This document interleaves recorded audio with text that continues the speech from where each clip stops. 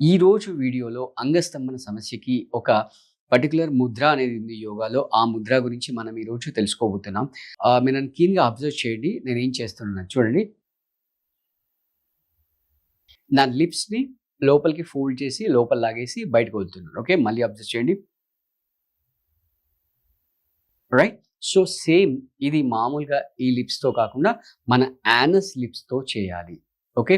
Right. ఇంకా మీకిది చాలా ఎఫెక్టివ్‌గా గనక ఉండాలి ఈ క్రియ అనుకుంటే గనక మీరొక టబ్‌లో వాటరేసి, ఆ టబ్‌లో హిప్ బాత్ చేస్తూ మీరు చేస్తే ఇంకా ఎఫెక్ట్ ఉంటుంది. ఎందుకంటే మీరు హిప్ బాత్ చేసినప్పుడు అక్కడ అంటే నార్మల్ రూమ్ టెంపరేచర్ వాటర్ తీసుకొని హిప్ బాత్ చేసినప్పుడు అక్కడ టెంపరేచర్ వేరీ అవ్వడం వల్ల బ్లడ్ ఫ్లో అనేది పెరుగుతుంది. రైట్. సో, యానస్ మజిల్స్‌ని టైట్ చేసి వదిలేసేయండి. టైట్ చేసి వదిలేసేయండి. టైట్ చేసి వదిలేసేయండి. ఇలా స్టార్టింగ్ ఒక 10 కౌంట్‌తో ప్రాక్టీస్ చేసి ఒక 100 కౌంట్ వరకు వెళ్ళొచ్చు. రైట్. దీన్నే అశ్విని ముద్ర అని అంటుంటాం.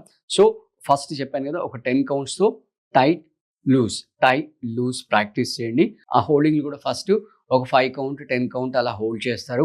సో, అలా ఆ యానస్ మజిల్స్, రెక్టమ్ మజిల్స్‌తో పాటు మీ మెయిల్ రిప్రొడక్టివ్ ఆర్గాన్స్ రిలేటెడ్ ఆ ఏరియా అంతా కూడా మజిల్స్ అన్నీ కూడా టైట్ అవుతుంటాయి. తద్వారా దానికి బ్లడ్ ఫ్లో అనేది పెరుగుతుంటుంది.